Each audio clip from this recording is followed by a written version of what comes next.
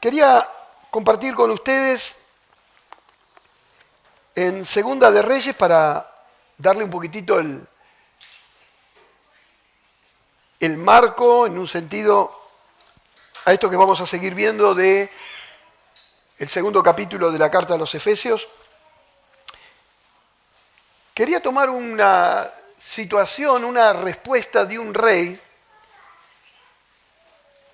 que con su respuesta pudo haber obtenido una victoria muy importante para su reino,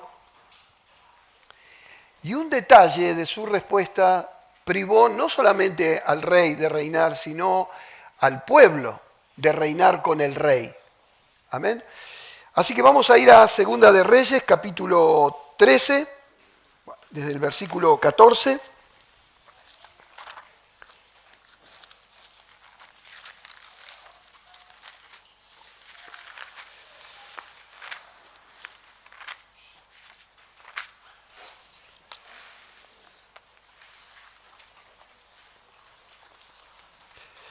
Así como estamos, vamos a orar. Padre, te damos muchas gracias una vez más en el nombre de Jesús por este precioso día que nos has regalado, Señor. Gracias por permitirnos estar juntos con los hermanos. Gracias por la obra que tu Espíritu hace en nuestro corazón, Señor, trayéndonos con deseo, Señor, de oír tu palabra, de cantarte y hacerlo en el amor fraternal, Señor. Gracias te damos por eso, Señor, por esa señal, por ese testimonio que podemos dar juntos. Y también gracias, Señor, porque podemos abrir la Biblia, tu palabra, Señor, para poder conocerte más y conocernos más y saber más de la verdad. Oramos, Señor, en esta hora porque rogamos que aumentes nuestra fe. Señor, queremos creer en ti, queremos, Señor, creer en la palabra verdadera del Evangelio. Y teniendo esa fe, Señor, poder llevarte frutos dignos de arrepentimiento, poder llevarte, Señor, una vida digna de ti, Señor, que no podemos ofrecerte desde nuestro propio poder o gracia. Necesitamos hacerlo en aquel que lo hizo bien todo, que su vida y su sacrificio fueron suficientes, Señor, para que todos nosotros hoy estemos delante de ti.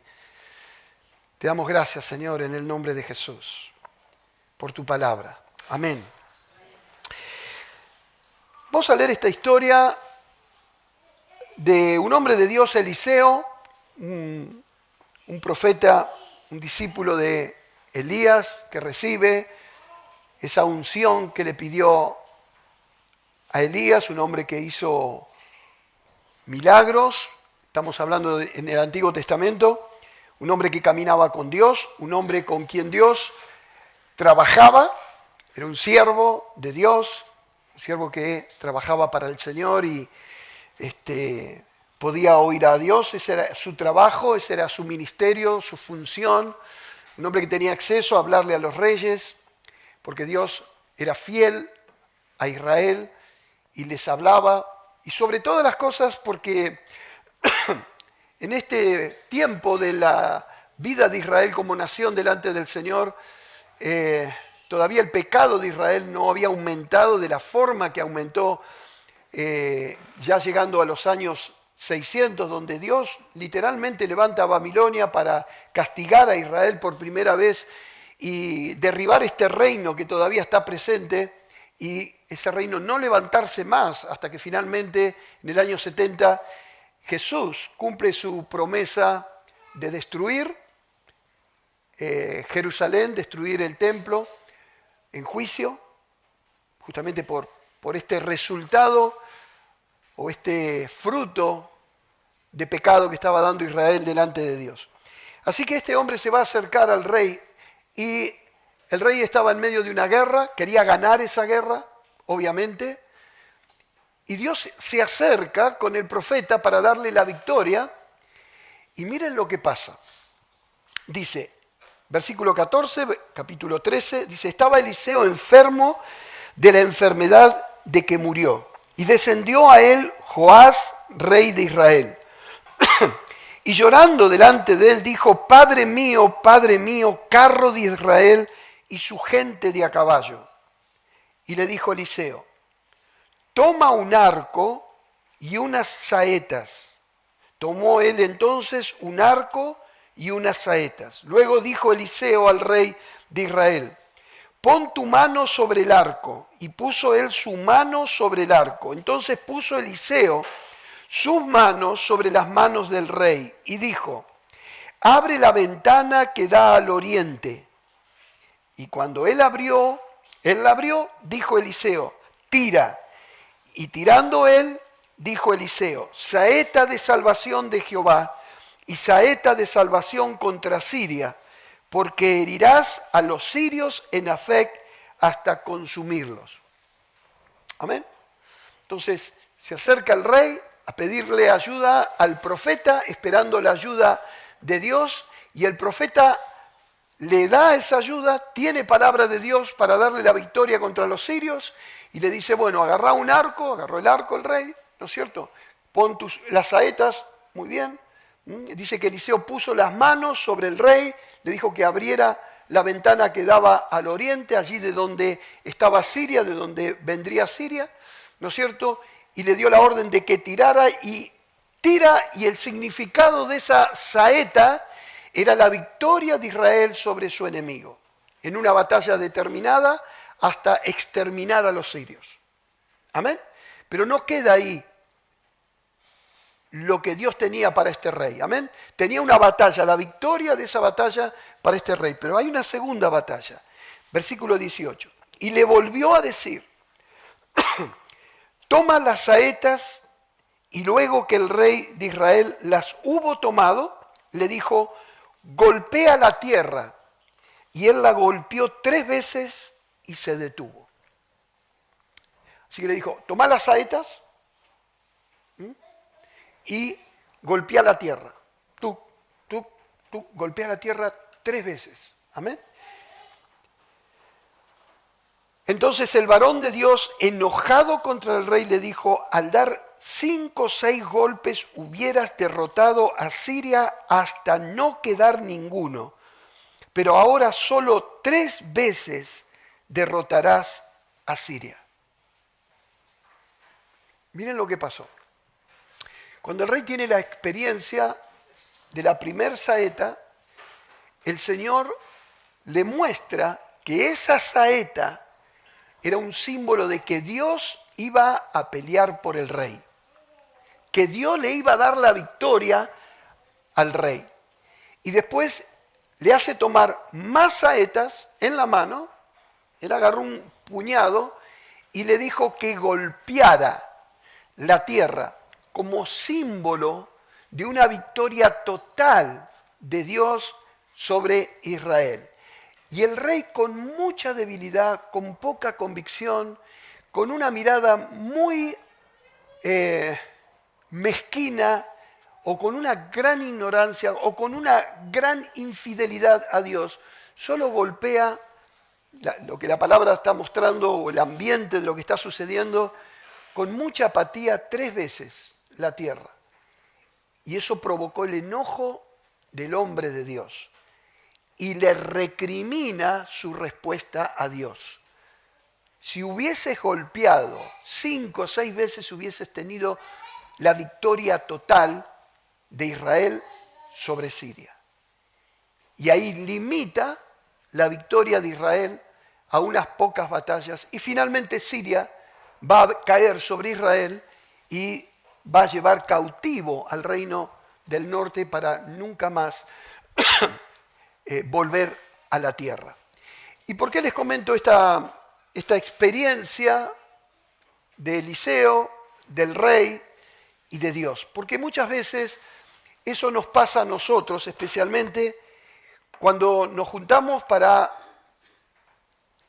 digamos, aprender a hacer la voluntad de Dios, y consideramos la palabra de Dios como la revelación escrita de Dios, el consejo de Dios, que es la que nos da la victoria en todo este periodo de tiempo que tenemos que pasar antes de que llegue una victoria seguro que ya Cristo nos dio, y de ir al Padre. Y tomamos el consejo de Dios, tomamos la palabra de Dios, especialmente los conceptos de la gracia, de la fe, el consejo de Dios, como algo importante, pero no somos capaces de ser fieles y firmes de tal manera que aseguremos que lo que estamos oyendo lo aprendamos y lo vivamos. Entonces nos pasa que oímos la palabra de Dios, pero no ponemos todo el empeño, no creemos absolutamente que estamos peleando una batalla real, nuestra lucha no es contra carne y sangre, y muchas veces la derrota que nosotros tenemos en este peregrinar como creyentes es porque no estamos considerando realmente que Cristo tiene que ser el centro de nuestra vida como hoy orábamos y que tenemos una batalla real. Probablemente el rey, no sé realmente cuál fue la realidad de ese hombre que no pudo golpear más que 3 veces con las saetas la tierra, como un símbolo que había algo de Dios que no estaba cerrando en su corazón. Y obviamente el profeta no lo dejó pasar y Dios fue fiel a la respuesta del profeta. Dios es fiel a la respuesta que nosotros le damos a su palabra. Tanta palabra que estamos escuchando en este tiempo y de tantos años escuchando la palabra de Dios, que deberíamos tener una respuesta como Eliseo esperaba de ese rey, de golpear la tierra, es decir, vivir la vida con la palabra que tantos años está trayendo el Señor a nuestro corazón y debería dar ese fruto. Así que esto nada más lo traigo, te puede pasar a vos, me puede pasar a mí, pero es algo que enoja a Dios. ¿Qué es lo que hacemos con la victoria que el Señor nos dio? Es una palabra del Antiguo Testamento, podemos traer muchas objeciones a lo que estoy diciendo, pero literalmente había una victoria total que el rey no tuvo y con el rey no la tuvo el pueblo. A veces con nuestra indiferencia, con nuestra flaqueza, con nuestra debilidad para vivir la palabra de Dios, nuestra indiferencia, nuestra apatía, nosotros no solamente no hacemos de la palabra y el consejo la victoria para nuestra vida personal. Recién Sabrina nos contaba la situación por la que está pasando. Todos tenemos situaciones, ¿no es cierto?, que sabemos que la tiene que resolver el Señor y la palabra de Dios no es ajena a eso y la obra del Espíritu Santo tampoco es ajeno a eso. Y a veces somos indiferentes a la palabra de Dios, ¿no es cierto? No digo que la despreciamos, o por ahí sí, pero eso trae una postergación en nosotros, pero también trae una postergación en los que están con nosotros. A veces las respuestas que damos no son las que debería, la respuesta que debería ser, porque quien trae esa respuesta estuvo preparado por Dios, estuvo preparada por Dios para ofrecer un testimonio diferente. Así que nada más es un pensamiento que quería traerles para seguir trabajando con la carta a los Efesios, una carta que estamos tomando como una base de la revelación de Dios, a través de esa carta, en cuanto a lo que es la salvación, en cuanto a lo que es la iglesia. Dios nos está hablando por esa carta, vamos despacito. Yo sé que tenemos que repetir muchas veces un concepto, es lo que estamos haciendo con el propósito de que la fe verdadera, al oír la palabra de la fe verdadera y creer en Jesucristo, veamos la gloria de Dios. Amén. Tenemos una guerra muy importante que llevar adelante por nosotros y también por los que están con nosotros. A veces los que están con nosotros, ellos no están experimentando esta gracia de poder oír la palabra de Dios. Somos personas realmente distinguidas por Dios cuando podemos oír el consejo de Dios. Es lo más importante, es lo que debería marcar el paso de hoy para mañana. Y así cada palabra debería marcar el paso, de tal manera que nuestro andar, nuestro peregrinar en la tierra, muestre la gloria de Dios. Y aunque tenemos la victoria, Pablo quería que sus discípulos, estamos leyendo a Pablo, hereden la salvación eterna con gloria eterna, con peso. Que haya sido un hombre pesado, un hombre con gloria, una mujer pesada, una mujer con gloria en cuanto a la fe. Que cuando pasa el tiempo, lo que vos digas tenga el peso de la gloria de la palabra de Dios, porque la pueden ver en nosotros. que tenemos muchos defectos, pero que tenemos una obra que Dios está llevando adelante, es una obra todopoderosa. Dios está trabajando verdaderamente en Cristo con tu vida y mi vida, y lo está haciendo muy bien, y nos va llevando por diferentes situaciones donde nos va enfocando, va trabajando de tal manera que la imagen de Cristo, la imagen de la gloria de Jesús se va reflejando en nosotros. Los cambios son reales, pero a veces tenemos que prestarle más atención y ponerle todo el corazón. Fíjate, asegúrate que no quede nada de todo tu corazón, que no quede nada de mi corazón fuera de este enfoque, de esta centralidad que tiene que tener Jesús en nosotros. Amén. Así que bueno, ahora sí, nos vamos para la carta a los Efesios. En el capítulo 2, vamos a ver desde el versículo 4, ya lo estuvimos viendo, pero quería agregar un par de cositas más en cuanto a lo que es la gracia y en cuanto a lo que es la fe. Pero Dios, que es rico en misericordia, por su gran amor con que nos amó, aun estando nosotros muertos en pecado, nos dio vida juntamente con Cristo. Por gracia sois salvos, y juntamente con Él nos resucitó, y asimismo nos hizo sentar en los lugares celestiales con Cristo Jesús, para mostrar en los siglos venideros las abundantes riquezas de su gracia en su bondad para con nosotros en Cristo Jesús.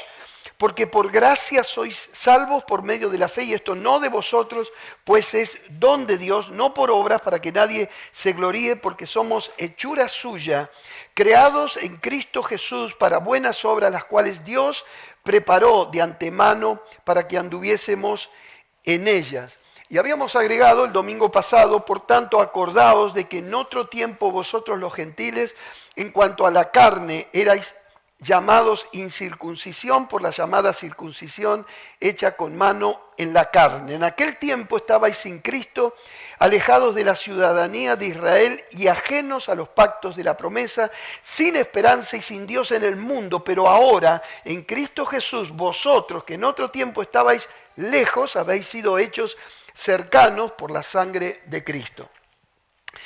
Muy bien, fíjense que Pablo está haciendo algo, está trayendo lo que significa estar en Cristo, y lo va haciendo de una manera muy ordenada y empieza desde el principio. Estar en Cristo no es algo que Dios está haciendo de manera espontánea, de acuerdo a su criterio, un criterio temporal. Dios nos está mostrando que la decisión de que vos y yo estemos en Cristo es una decisión, es un decreto, es el consejo de Dios tomado desde antes de la fundación del mundo, y que consiste en algo que Dios hace por nosotros y nos da a nosotros. Amén. Y cuando Dios lo hace, nos deja ver que la relación que Él trae a nosotros con Él es una relación familiar, es una relación de familia. Él viene a nosotros como Padre, pero no como Padre simplemente, sino como Padre de gloria. Un Padre que muestra el peso de ser Dios y Padre de tu vida y Padre de mi vida o de mi persona y de tu persona, que Dios separa del resto de la humanidad, del resto de las personas, lo hace desde la eternidad, y cuando lo hace, cuando, digamos así, ejecuta ese llamamiento, lo hace con poder de Dios. Un poder que muestra un respaldo total de Dios y una garantía total de Dios. La salvación de un hombre o de una mujer en Cristo lleva el peso de quién Dios es. Amén. Es decir, el respaldo de tu salvación y de mi salvación no está en la fe que nosotros tenemos de Dios, sino en el carácter de Dios, en la garantía que da la persona de Dios o la personalidad de Dios. La persona del Padre, la persona del Hijo, la persona del Espíritu. Dios es el que garantiza con su carácter, su lealtad a su propia palabra, su lealtad, su amor a su propio nombre, lo que hace posible que vos y yo ahora vivamos la fe todopoderosa que tenemos. Una fe que no está basada de ninguna manera en tu capacidad de producir fe. Dios no nos dio su salvación esperando que vos y yo creamos. Cuando nosotros creemos de esa manera, entonces estamos viendo mal la salvación que Dios nos da. ¿Cuál es la salvación que Dios nos da? Con la fe que Dios nos da, es la que nos libera de la ansiedad, de los temores, de la duda. Es un trabajo verdaderamente del Señor que nos deja vivir confiados. La fe que Dios nos da nos deja vivir confiados.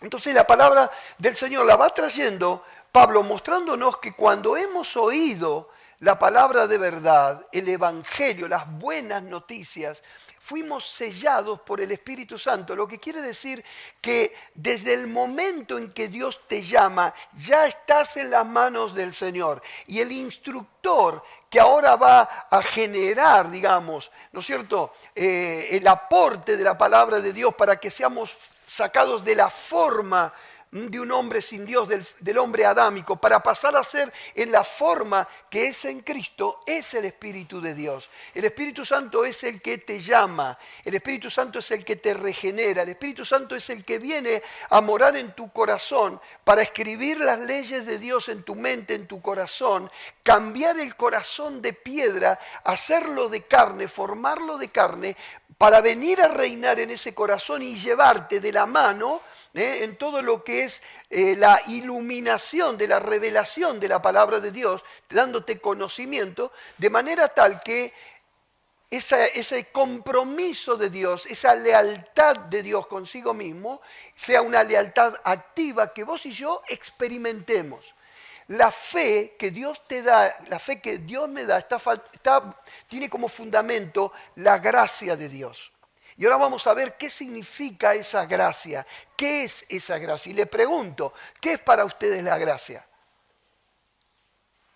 Ajá, es muy interesante, muy bien. ¿Qué es la gracia? Un regalo inmerecido. ¿Qué más sería la gracia? Un favor no merecido. ¿Está bien? ¿Qué más sería la gracia? ¿Se puede definir la gracia solamente como un regalo, un favor, un don no merecido? ¿No sería una forma muy mezquina para definir la gracia? Imagínense que la gracia sea el favor, y no digo que no sea, pero si uno mirara la gracia de Dios solamente como eso, ¿sería algo seguro? ¿En qué se basaría esa gracia para darte algo, Dios, cuando no lo mereces? Bueno, está bien, pero habría que definir amor. O sea, ¿cuál sería ese amor? ¿Cuánto sería de ese amor? ¿Cuál grande sería ese amor para que eso llegue en forma de gracia? Si uno mirara la gracia así, no digo que esté mal lo que están diciendo, pero es evidente que falta algo ahí. Y cuando hablamos de gracia, la gracia de Dios, que es el fundamento, que es la roca por medio de la cual nosotros creemos, que es la otra parte de esa roca de Dios, tendría que ser algo más grande. ¿Cuál es la gracia de Dios? La gracia de Dios es ese favor que Dios nos hace, pero en base no a las emociones de Dios, a lo que Dios pueda sentir, sino a la misma lealtad de Dios con su compromiso. Es una lealtad pactual, es una lealtad que se manifiesta, es una gracia que tiene como fundamento un pacto, el pacto que Dios hizo con Cristo. ¿Por qué es segura? ¿Por qué esa gracia es segura y esa gracia te provee todo lo que Dios prometió, mucho más allá de tu desempeño, mucho más allá de que vos hoy dudes o tengas temores o que de pronto no estés viviendo en la integridad que Dios te está pidiendo? ¿Por qué esa gracia puede garantizar eso? Porque es Dios quien está comprometido consigo mismo de traerte como garantía que Él va a obrar en tu vida más allá de tu desempeño. Más allá de la fe incluso que vos traigas a Dios en cuanto a tu vida, en cuanto a tus decisiones. ¿Se entiende lo que estoy diciendo? Es una gracia que está garantizada por la misma lealtad de Dios. Es una gracia pactual. Tiene toda la fuerza del compromiso de Dios, más allá de tu respuesta a Dios. La gracia de Dios está garantizada no por vos y por mí. Amén. Dios es amor. Dios es completamente amor.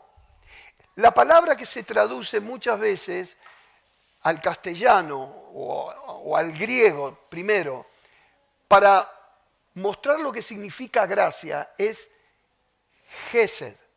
Amén. Gesed es una palabra difícil de traducir porque generalmente se la traduce como misericordia, como compasión, también justicia, también amor. Es el Gesed de Dios. Cuando hablamos de gracia estamos diciendo que es el Gesed de Dios, la gracia de Dios. Cuando hablamos de la justicia de Dios decimos que es el Gesed de Dios. Cuando hablamos de amor decimos que hablamos del Gesed de amor. Es la lealtad, es el compromiso, es Dios, es el carácter de Dios, es el nombre de Dios lo que está puesto allí para garantizar que vos y yo veamos que no depende de nosotros, que no depende de vos, que es la obra de Dios. Cuando yo pienso en la gracia de Dios y pienso en cómo yo estaría viviendo para que esa gracia de Dios nunca deje de ser la gracia de Dios, probablemente yo no estoy disfrutando de la gracia de Dios. Pero cuando yo sé que esa gracia de Dios no tiene forma de modificarse, porque Dios no va a modificar su voluntad de llegar a mi vida con esa gracia, entonces mi relación con Dios es una relación de un hijo de Dios que vive con libertad, la libertad que Dios le da delante de él. ¿Se entiende lo que estoy diciendo? Amén. Es decir, la gracia de Dios tiene el pacto de Dios, la lealtad de Dios. Cuando Dios le promete el nuevo pacto a Israel, Dios le aclara que no es por ellos, no es por la respuesta de fe, de obediencia, de adoración de Israel, por medio del cual Él trae un pacto que garantice que Israel no se iba a desviar más, porque Israel se estaba desviando cada vez más, los pecados de Israel se iban sumando y las maldiciones de la ley iban cayendo como una roca cada vez más grande sobre Israel.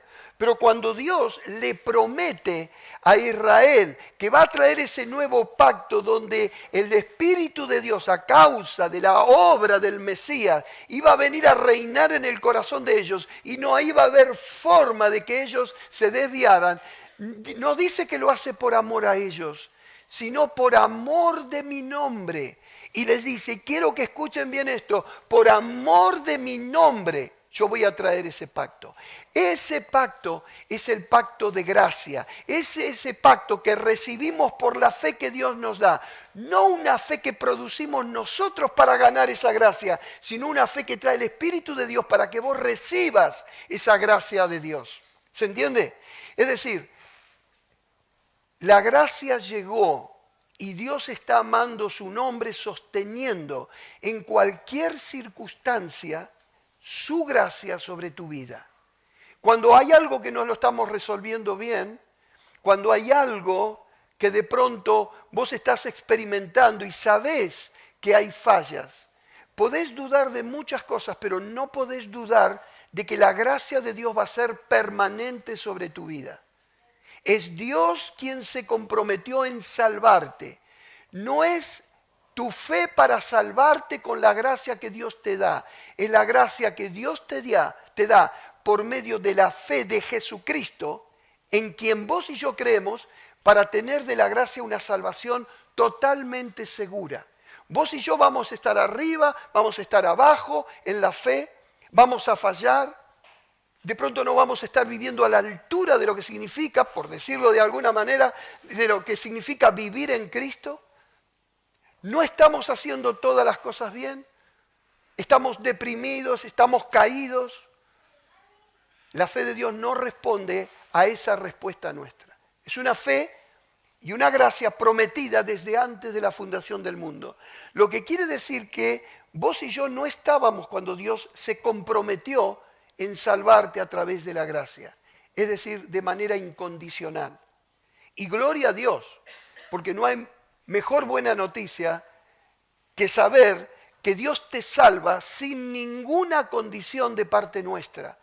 Porque cualquiera que entra en la gracia de Dios puede darse cuenta fácilmente que a menos que Dios nos salve, nunca podríamos salvarnos por nuestros propios méritos. Siempre habría algo que arruinaría desde nuestra parte nuestra relación con Dios. No es nuestra relación con Dios desde nosotros, lo quiero aclarar, sino es que Dios quiso llegar a tu vida y a mi vida para salvarnos, y lo hizo por gracia. El gesed, el compromiso de Dios sobre tu vida y mi vida. Así que cuando yo pienso en la salvación, nunca tiene que ver con nuestro desempeño delante de Dios. No es tu desempeño, no es lo que vos hagas, no es que vos estés estudiando mucho para decirle cada día, Señor, leí mucho la palabra, oré mucho, hice muchos bienes, Señor, para caerle bien a Dios y para que no te queden dudas que si hiciste algo mal, entonces corre peligro el amor de Dios hacia tu vida. No corre peligro.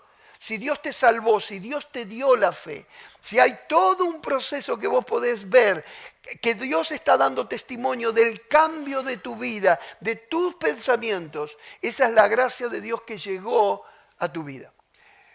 Una vez cuando lee la palabra de Dios llega a tener dudas. Jesús dice, no todo el que me dice Señor, Señor, entrará en el reino de los cielos, sino el que hace la voluntad de mi Padre entrará en el reino de los cielos. Amén. Muchos me dirán en aquel día, Señor, Señor, en tu nombre profetizamos, echamos fuera demonios, sanamos enfermedades.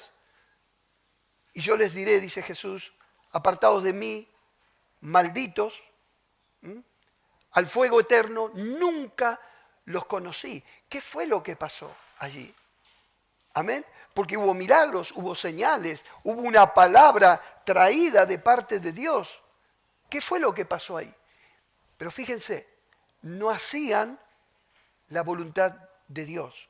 Cuando la gracia de Dios llega a tu vida y Dios te da la fe que recibe la salvación, lo que el Espíritu Santo va a traer a tu vida es esa obediencia a la fe. Como dice Romanos, para la obediencia a la fe en todas las naciones.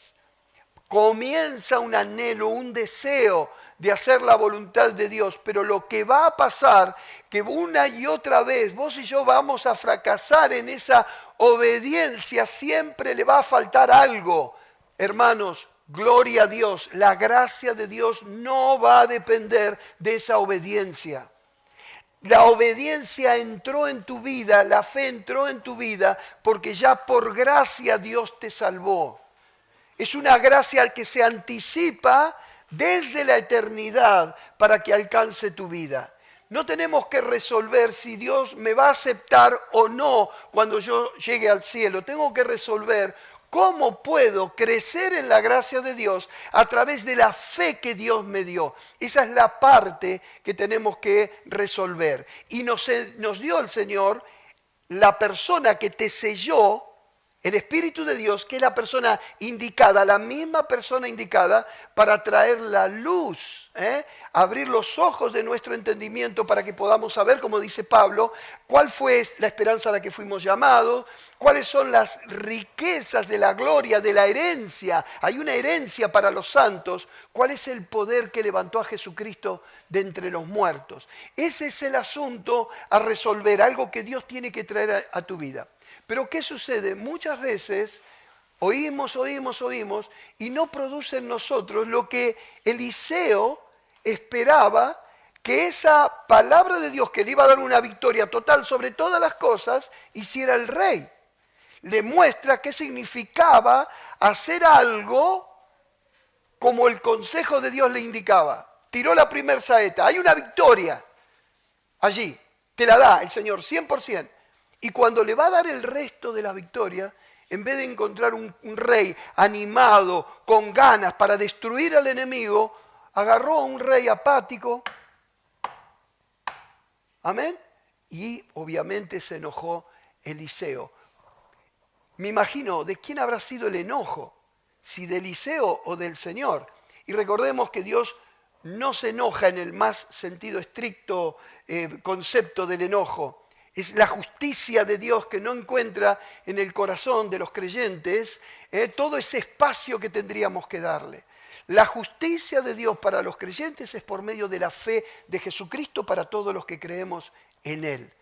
Vos y yo sabemos que Jesús hizo una obra perfecta, que Jesús ya alcanzó la salvación para vos y para mí.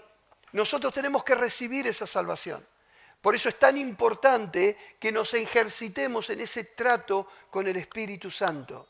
Amén. Que busquemos en Él la forma de crecer en la fe y ser libres de todo lo que nos haga dudar acerca de esta salvación que Dios nos da. Cuando la palabra dice que somos salvos por gracia mediante la fe, y esto no de vosotros, pues es don de Dios, es eso. Salvos por gracia mediante la fe, no es obra humana, no hay nada que hayas hecho vos y yo para alcanzar la salvación, ni tampoco hay nada para que vos y yo hagamos para sostener la salvación. ¿Se entiende?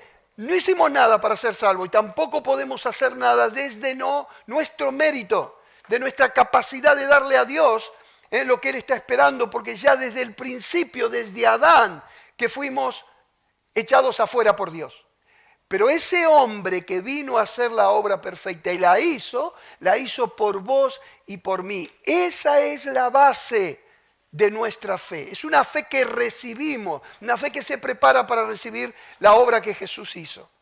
Vos y yo nunca vamos a ser perfectos para estar delante del Señor. Dios no se va a conmover por lo que nosotros hagamos para Él. Él se va a conmover cuando vos te goces y te alegres en la gracia que Dios te dio y en la fe que Dios te dio para disfrutar la salvación que Jesús ganó en aquella cruz para vos y para mí. Amén. Para que podamos entender en la libertad que significa para los hijos de Dios. Si habéis resucitado con Cristo, ¿qué? Buscad las cosas de arriba, donde está Cristo sentado a la diestra de Dios, no en las de la tierra. Y a veces estamos muy metidos en las cosas de la tierra. Amén. Y obviamente tenemos que comer, tenemos que vestirnos, tenemos que vivir, tenemos que acompañar a una familia que tengamos, a la obra de la iglesia. Amén. Pero siempre buscando las cosas de arriba donde está Cristo sentado a la diestra de Dios. Esa es tu posición, esa es mi posición. Eso es lo que nos dio la gracia y la fe que Dios nos dio. Dios nos dio gracia, su gracia está garantizado porque Él es leal a sí mismo. Estamos seguros. Amén. Dios no se va a negar a sí mismo. ¿Cómo se terminaría la gracia de Dios? ¿Cómo se terminaría? ¿Cómo dejarías vos de recibir la gracia de Dios? ¿Habría alguna razón? Si dijeran que hay alguna razón, fuera de la que voy a decir, me voy. Hace media hora que estoy diciendo, ¿no es cierto?, que no habría, ¿no es cierto? Muy bien. No hay ninguna razón en vos o en mí para limitar o para sacar o provocar a Dios que Dios diga, no vale la pena tener gracia con este hombre o con esta mujer. No lo haría, excepto que Dios dejara de ser Dios. Si Dios deja de ser Dios, entonces vos y yo perdemos la gracia que tenemos. Y obviamente Dios no va a dejar de ser Dios. Cuando hables de gracia, la gracia es para siempre. Ya Dios te llamó. Ya Dios te la dio y te dio la fe para que disfrutes, la llave, para que abras esa puerta, amén, y recibas toda esa gracia que es tuya. Dios te la dio. Pero Dios no te entregó a vos y a mí la administración de ese conocimiento. También lo puso en las manos de Dios, trayéndola el Espíritu de Dios. Así que la persona que revela la gracia y te hace disfrutar de la gracia es el Espíritu de Dios. Por eso la necesidad de pasar tiempo con Dios y preguntarle como niños a Dios todos los asuntos que no entendemos en cuanto a la gracia, en cuanto a la fe. Vieron que muchas veces los ángeles se acercan a los profetas y le dicen esto, ¿entendiste? Y el profeta ¿qué dice? No, decime vos qué es. Amén. No es tan difícil. ¿Para qué está eso en la palabra de Dios? Para que vos y yo aprendamos de aquellos hombres que tuvieron una experiencia audible, visual, de Dios, o de un ángel que viene de parte de Dios, y que de pronto el ángel le dice algo y no lo entiende. Y el profeta, muy simple, amén, le dice, no entiendo, decime vos qué significa. Amén. De eso se trata también para acercarnos a Dios, para tener conocimiento de la gracia. Es pedirle a Dios, Señor, dame luz acerca de esta gracia que has tenido conmigo, que no se va a modificar de ninguna manera, porque Dios dejaría, si se modificara, de la única forma es que Dios deje de amar su nombre. Porque nosotros nunca le dimos una razón verdadera, santa, a Dios para que Él actúe así con nosotros.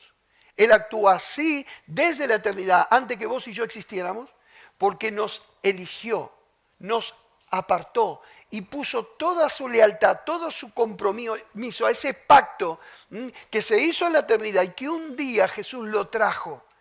El día cuando llegó el tiempo, se cumplió el tiempo, dice que Dios envió a su Hijo, nacido de mujer, hombre, como nosotros, para representarnos y bajo la ley, para que la cumpliera por vos y por mí. Y el Señor hizo eso todo perfecto. Amén, de manera que cuando llegó al cielo, el Espíritu de Dios vino a buscarte. Y para buscarte tenía que venir con toda la gracia y la fe. Y cuando te venía a buscarte tuvo que resucitar. Y Él os dio vida a vosotros cuando estabais muertos en vuestros delitos y pecados. Estaban allá haciendo un desastre. Amén. Y el Señor te trajo acá a vivir con Él. ¿Y cómo lo hizo? Hizo una obra sobrenatural. Te regeneró, te resucitó. ¿Y eso por qué lo hizo?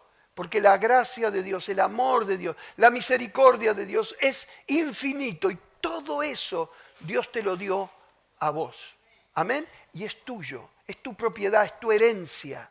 Es tu herencia. Tenemos que aprender a comunicarnos con una persona que vive en nosotros, que está allí con el Padre y con el Hijo para asesorarnos de todo. A ver si suena esa palabra. ¿Cuántos necesitan asesoramiento en cuanto a la fe? Tenés que combatir, vas a salir esta tarde, ¿no es cierto? Tenés que combatir algo, tenés que hacer cosas, necesitas asesoramiento, que alguien, un abogado, te asesore. ¿Qué abogado el Señor envió a la tierra para asesorarte? ¿Qué paracleto, abogado, paracleto? El Espíritu Santo. Amén. El otro abogado que vino y se fue, ¿quién es? Jesús. Amén. Y está sentado a la diestra del Padre. Amén. Para defendernos. Amén. Entonces, ese asesoramiento tenemos que buscarlo en Jesús. Pero que no sea una enseñanza. Que no golpees 3 veces así.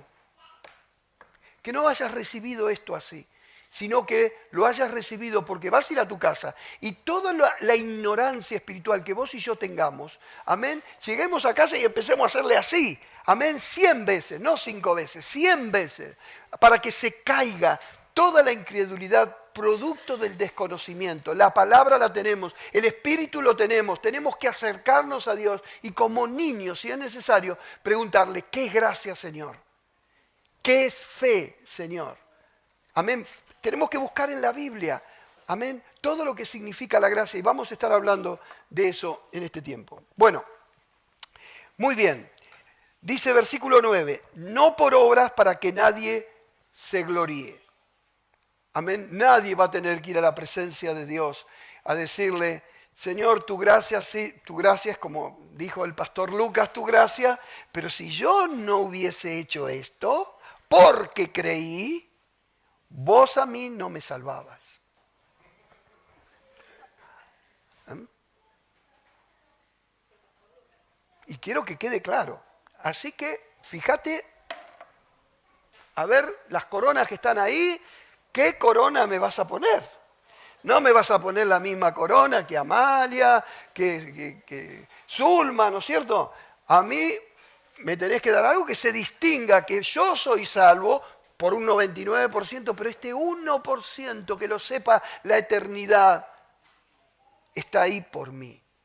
Por eso dice, no por obras, para que nadie se gloríe, nadie se jacte en la presencia. Todo lo contrario, yo creo que es imposible que alguien que recibió la obra de Dios, se gozó en la gracia y en la fe, se puede gloriar de algo, porque una de las cosas que hace la gracia de Dios y la fe de Dios es humillarnos inmediatamente de quienes somos. No levantaríamos como el publicano la mirada al cielo, estaríamos diciendo, sé propicio a mí, pecador, ayúdame que soy un pecador. Amén. Porque la gracia hace eso. La gracia te lleva a ese punto donde no hay nada bueno y puedes decir verdaderamente, Señor, si yo hubiese dependido de mí para salvarme, nunca me hubiese salvado. Amén. No por obras para que nadie se gloríe. Y ahora miren esto, porque somos hechura suya, creados en Cristo Jesús, para buenas obras, las cuales Dios preparó de antemano para que anduviésemos en ellas. ¿Qué es esto que dice? Porque somos hechura suya. Se entiende que el que está en Cristo es una nueva criatura, es una obra de Dios, ¿no es cierto? Creados en Cristo Jesús para buenas obras. Esa creación nueva, ¿qué fue lo que hizo? Nuestro corazón estaba inclinado, conforme habíamos sido formateados por el Espíritu que opera en este mundo. Amén. En esa corriente, en ese río de pecado en el cual todos estábamos.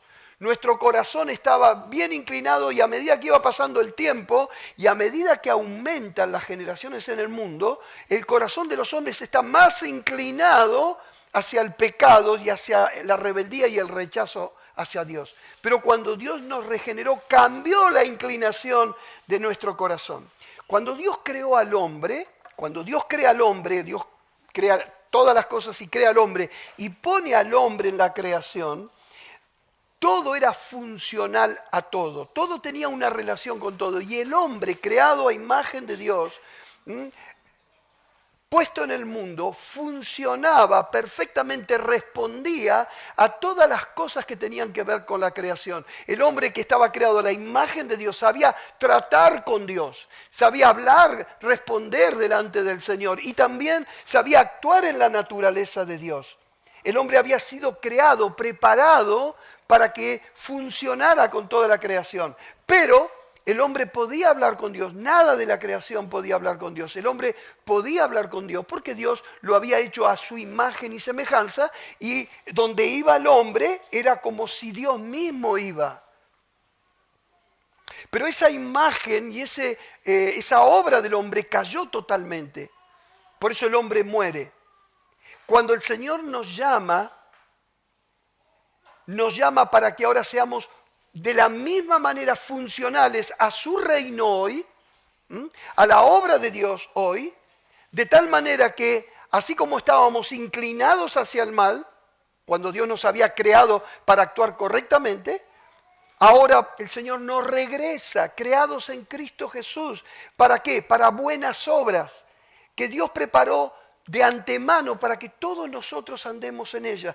Tu corazón transformado por Cristo, tu corazón ahora trabajado, transformado por el Espíritu de Dios, en la gracia de Dios, en la fe de Dios, está respondiendo al reino de Dios. Es la obra de Dios, por eso tu fe te va llevando poquito a poquito, cada día, a hacer o experimentar esas obras que Dios preparó para que vos y yo las vivamos en el reino. No las puede vivir cualquiera imitando a un cristiano.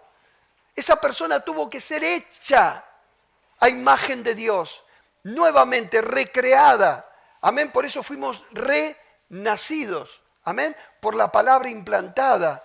Fuimos resucitados juntamente con Él. Y no solamente funcionamos haciendo la voluntad de Dios, por la gracia que trae el Espíritu de Dios, sino que estamos sentados juntamente con Cristo. Tenemos una perspectiva de poder en el poder del Señor. ¿Cuántos tienen eso?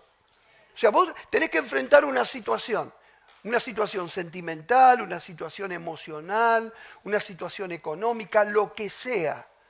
Amén. ¿Dónde estás sentado? ¿Dónde estás sentada? En la iglesia. Sí, estamos sentados. ¿Dónde estás sentado? A ver, en la iglesia. Pero, ¿con quién? Con Cristo. ¿Dónde? Podés decir físicamente en 132, 60 y 61, pero espiritualmente, eternamente y para siempre, con Cristo a la diestra de Dios. Ese es tu lugar. ¿Se dan cuenta cómo uno puede ir al Señor y decirle, Señor, dame más luz acerca de esta posición que tengo en Cristo? ¿Cuántas cosas no puedo resolver porque no estoy viendo tu gracia en mí, porque estoy dudando? No podés sacar fe a tal punto que agarraste más gracia de Dios. No se puede hacer eso. Dios te la tiene que dar, te dio la fe que te capacita para recibir todo lo que significa Cristo. ¿Amén? Muy bien. ¿Cuántos dicen gloria a Dios? A ver, la fe. Están 1, 2, 3. A ver, ¿cuántos dicen gloria a Dios? ¡Gloria a Dios! Quizá haya un gloria a Dios más grande. ¿Cuántos dicen gloria a Dios? ¡Gloria a Dios! Ahí está mejor. Muy bien. Dice, por tanto, acordaos que en otro tiempo vosotros los gentiles en cuanto a la carne erais llamados incircuncisión por la llamada circuncisión hecha con mano en la carne. Y esto es un testimonio. Pablo realmente está guiado por el Espíritu Santo y yo creo que, como muchas cosas que hace Dios, nos prepara de hace mucho tiempo, ¿no es cierto? Pablo era un fariseo muy formado a nivel abogado, a nivel juez, algo así, para conocer la palabra de Dios como un fariseo celosísimo de la palabra de Dios, del consejo de Dios, de todo lo que era el mover del templo en Jerusalén, ¿no? Dice que la circuncisión, es decir, los pactos de la circuncisión o el pacto de la circuncisión en Israel le hacía ver al resto de la humanidad que estaban afuera.